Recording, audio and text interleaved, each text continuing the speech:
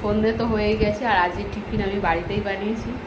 তো শুভ সন্ধ্যা সবাইকে। আর আজকে বানিয়েছি হচ্ছে বাড়িতে এই যে চিকেন পকোড়া, আর এর সাথে সস নিয়েছি। আমি যেহেতু সস খাই না, অল্প একটুই নিয়েছি।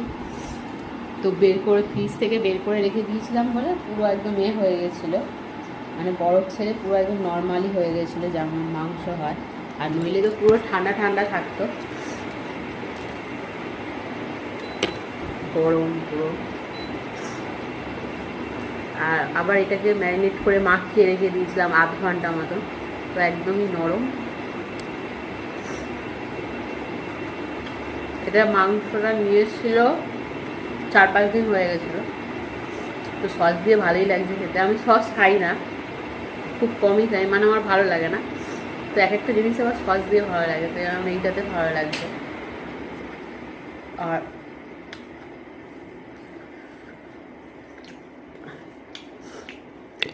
নিয়ে এসেছিলো যত সম্ভব বৃহস্পতি শুক্রবার দিনকে মাংসটা নিয়ে এসেছিলো। তো আমার মনেই ছিল না যে ফ্রিজে রয়েছে মাংস।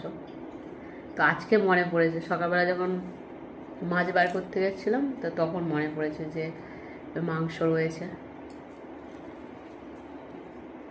তো সন্ধ্যাবেলা টিফিন হয়ে গেল, আবার রাত্রের হবে।